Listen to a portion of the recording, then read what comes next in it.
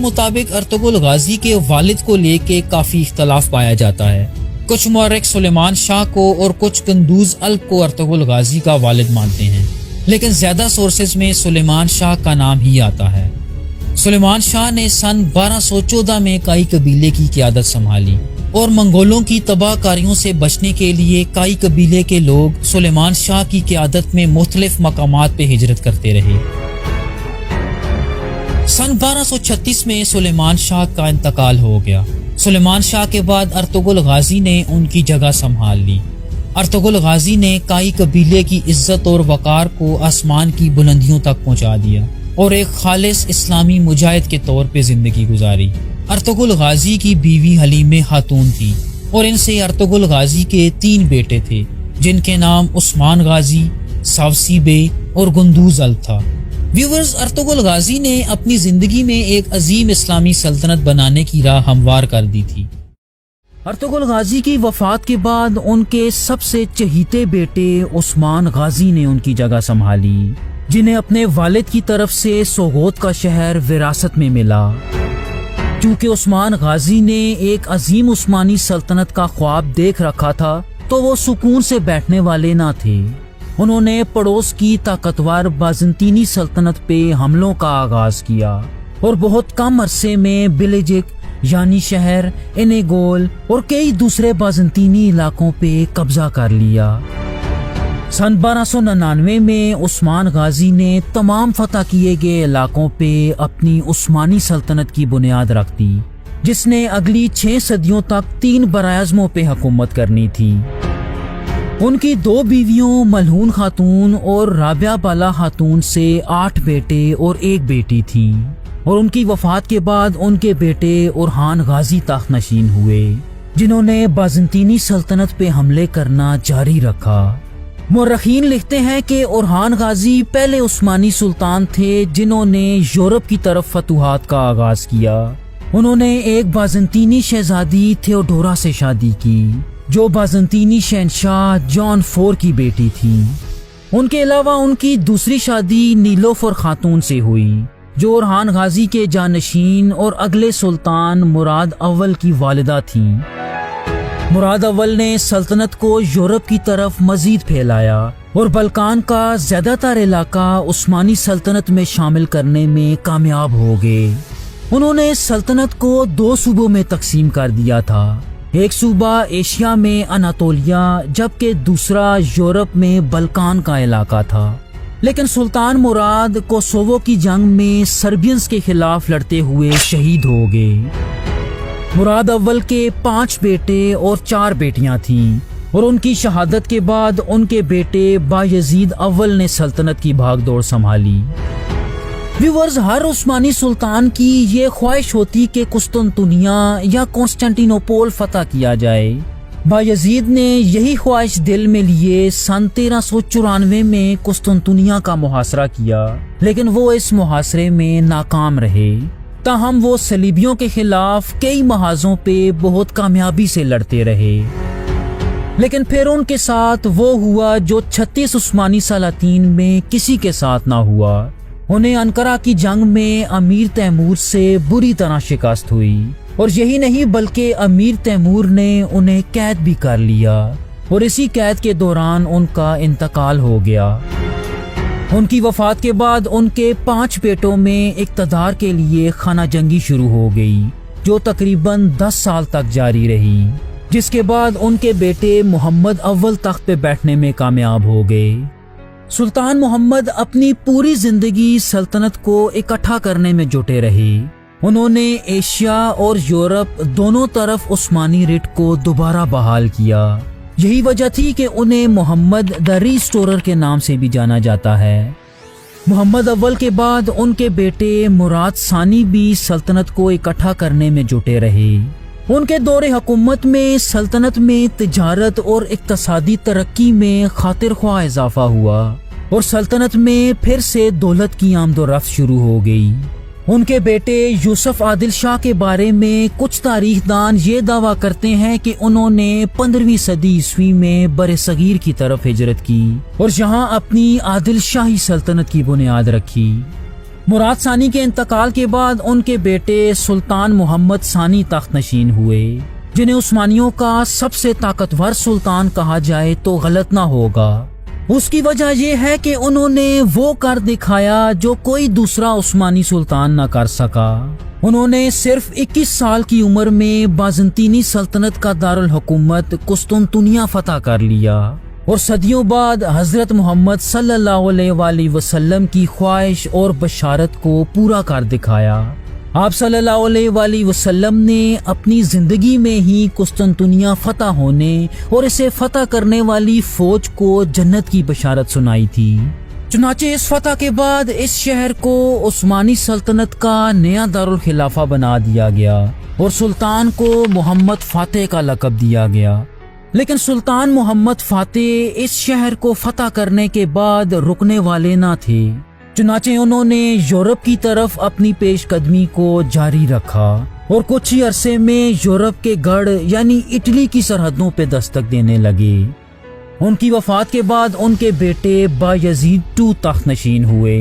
ان کے بارے میں آتا ہے کہ انہوں نے اسپین سے نکال دیے جانے والے یہودی اور مسلمان ریفیوجیز کو عثمانی سلطنت میں پناہ دی، یہاں تک کہ یہودی مہاجرین کو سلطنت عثمانیہ کی شہریت بھی دے دی گئی۔ یہی وجہ تھی کہ عثمانی سلطنت میں رہتے ہوئے یہودیوں نے اپنا ثقافتی عروج دیکھا۔ ان کی وفات کے بعد ایک ایسے سلطان تخت نشین ہوئے جنہوں نے سلطنت کو ایشیا، افریقہ اور عرب کے علاقوں تک پھیلا دیا۔ یہ سلطان بایزید کے بیٹے سلیم I تھے۔ ان کے دور میں حجاز کا پورا علاقہ جس میں مکہ اور مدینہ بھی شامل تھے عثمانیوں کے زیر کنٹرول آ گیا۔ مصر میں عباسی خلفاء کی طاقت بالکل ختم ہو چکی تھی، چنانچہ سلطان سلیم عباسیوں سے خلافت یعنی مسلمانوں کی سربراہی لینے میں بھی کامیاب ہو گئے۔ تو یوں تاریخ میں پہلی بار خلافت عربوں سے ترکوں میں منتقل ہو گئی اور سلطان سلیم پہلے عثمانی خلیفہ بن کے سامنے آئے۔ ان کی موت کے بعد ان کے بیٹے سلطان سلیمان I یا سلیمان دا میگنیفیسنٹ تخت نشین ہوئے، جنہیں عثمانیوں کا سب سے طویل عرصہ حکومت کرنے والا سلطان مانا جاتا ہے، جو تقریباً 46 سال تک تخت پہ بیٹھے رہے۔ ان کے دور میں سلطنت عثمانیہ اپنے عروج پہ پہنچ چکی تھی اور 3 براعظموں تک پھیل گئی، جس کے سامنے دنیا کی کوئی طاقت ٹک نہ پاتی۔ سلطان سلیمان کو اپنے حرم سے ایک عورت رقصلانہ یا حرم سلطان سے پیار ہو گیا۔ انہوں نے ایک طرح سے تمام عثمانی روایات کو توڑتے ہوئے حرم سلطان سے شادی کی، جو بعد میں سلطنت کی طاقتور ترین خاتون بن کے سامنے آئیں۔ اور یہاں یہ بھی آپ کو بتاتے چلے کہ حرم سلطان سے ہی عثمانیوں کی سلطنت آف وومن کے دور کا آغاز ہوتا ہے، جو سن 1656 تک جاری رہا۔ اس دور میں عثمانی سلاطین کی بیویوں اور ماؤں کا سیاست پہ بہت گہرا اثر و رسوخ رہتا۔ اس کے علاوہ سلطان کو اپنے بیٹے مصطفیٰ کو قتل کرنے کے لیے بھی جانا جاتا ہے۔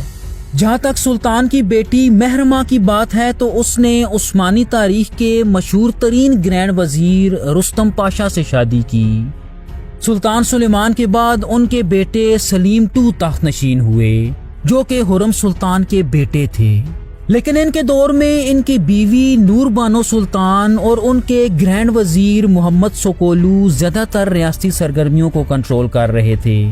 اس کے علاوہ ان کی بیٹی اسمی ہاں سلطان کی شادی گرینڈ وزیر محمد پاشا سے ہوئی۔ سلطان سلیم کے بعد ان کے بیٹے سلطان مراد III تخت نشین ہوئے۔ ان کے ایشیا، یورپ اور افریقہ کا زیادہ تر علاقہ کنٹرول کر رہے تھے، یہاں تک کہ اب عثمانی سلطنت کی سرحدیں دور دراز مغرب میں موروکو تک پہنچ چکی تھیں۔ لیکن ان کے دور کو عثمانیوں کا ٹرننگ پوائنٹ بھی کہا جاتا ہے، کیونکہ اب عثمانیوں کو بہت سی اندرونی اور بیرونی مشکلات کا سامنا بھی تھا۔ ان کے بعد ان کے بیٹے محمد III تخت نشین ہوئے۔ ان کے بارے میں یہ مشہور ہے کہ انہوں نے تخت پہ بیٹھنے کے لیے اپنے 19 بھائیوں کو قتل کیا۔ اس کے علاوہ انہوں نے عثمانی تاریخ میں پہلی دفعہ برطانیہ کے ساتھ تعلقات استوار کیے۔ اگلے اہم سلطان احمد I تھے، جنہوں نے موجودہ ترکی کی بلیو ماسک بھی بنوائی تھی۔ ویورز، اس پوائنٹ تک ہم دیکھ سکتے ہیں کہ عثمانی سلطنت میں تخت کی منتقلی بہت آسانی سے باپ سے بیٹے میں ہو رہی تھی۔ اس کی خاص وجہ یہ تھی کہ ہر سلطان کی موت کے بعد اس کے بیٹوں میں ایک خانہ جنگی ہوتی۔ جو بیٹا اس خانہ جنگی میں کامیاب ہو جاتا وہ تخت پہ بیٹھ جاتا اور تخت کے باقی امیدواروں کو قتل کر دیتا۔ سلطان احمد نے تخت پہ بیٹھتے ہی عثمانی خاندان کا یہ رواج ختم کر دیا۔ ان کے دور میں پہلی دفعہ ایک عثمانی خاتون کوسیم سلطان سلطنت کی ایک طاقتور خاتون بن کے سامنے آئیں، جنہوں نے عثمانیوں کے لیے بہت اہم فیصلے بھی کیے۔ سلطان احمد کے بعد ان کے بھائی مصطفیٰ ون سلطنت کے اگلے سلطان بنے۔ اس دور میں کچھ یوں محسوس ہوتا ہے کہ وہ پرانا رواج کہ جس میں تخت کے تمام امیدواروں کو قتل کر دیا جاتا، وہ سلطنت کی بقا کے لیے کیوں ضروری تھا، چونکہ اب وہ رواج ختم ہو چکا تھا اور سلطان احمد کے سارے بیٹے بھی زندہ تھے۔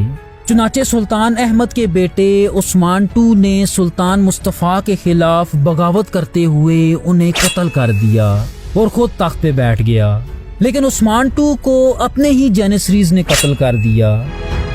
اس کے بعد سلطان احمد کے 2 اور بیٹے باری باری تخت پہ بیٹھے۔ پہلے مراد IV تخت پہ بیٹھے جو تخت پوشی کے وقت محض 11 سال کے تھے۔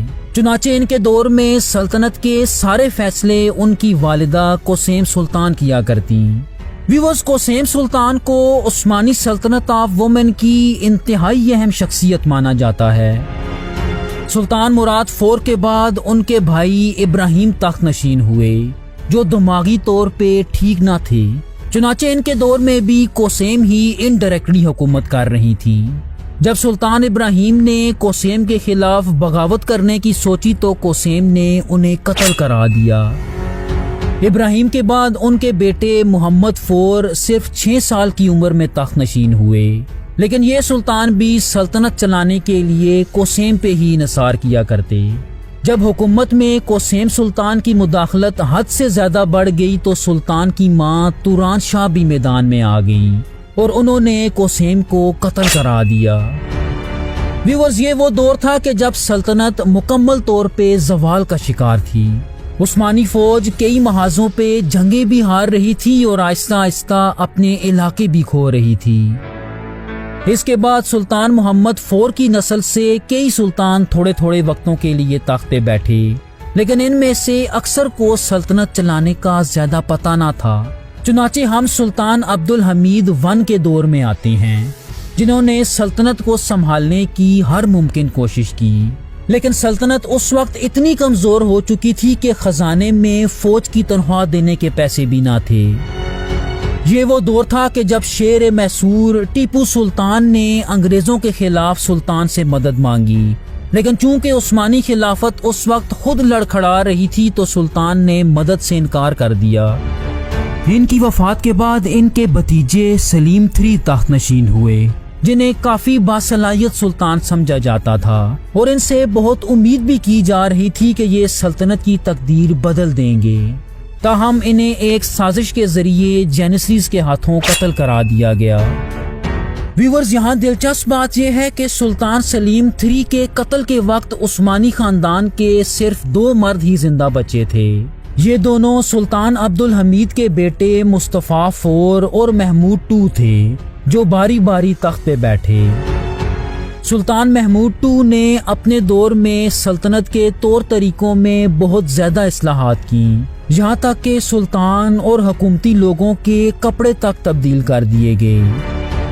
انہی کے دور میں عثمانی سلطنت اور آل سعود پہلی دفعہ آمنے سامنے آئے کہ جب آل سعود کی پہلی سعودی اسٹیٹ نے مکہ اور مدینہ پہ قبضہ کر لیا، جس کے نتیجے میں سلطان نے آل سعود کو کچلتے ہوئے دونوں مقدس مقامات سے سعودیوں کو نکال دیا۔ اور ویورز، اسی دور سے عربوں اور عثمانیوں کے درمیان دشمنی کا آغاز ہوتا ہے۔ ان کی وفات کے بعد عثمانی سلطنت 2 سمتوں میں تقسیم ہو گئی، اور یہ 2 سمتیں سلطان محمود II کے 2 بیٹے سلطان عبدالمجید I اور سلطان عبدالعزیز تھے۔ چنانچہ اگلے آنے والے سلطان سلطنت میں اٹھنے والی بغاوتوں اور دشمن سازشوں کے خلاف ناکام رہے، لیکن ان میں ایک سلطان ایسے بھی تھے جو اندھیرے میں روشنی کی ایک کرن نظر آ رہے تھے۔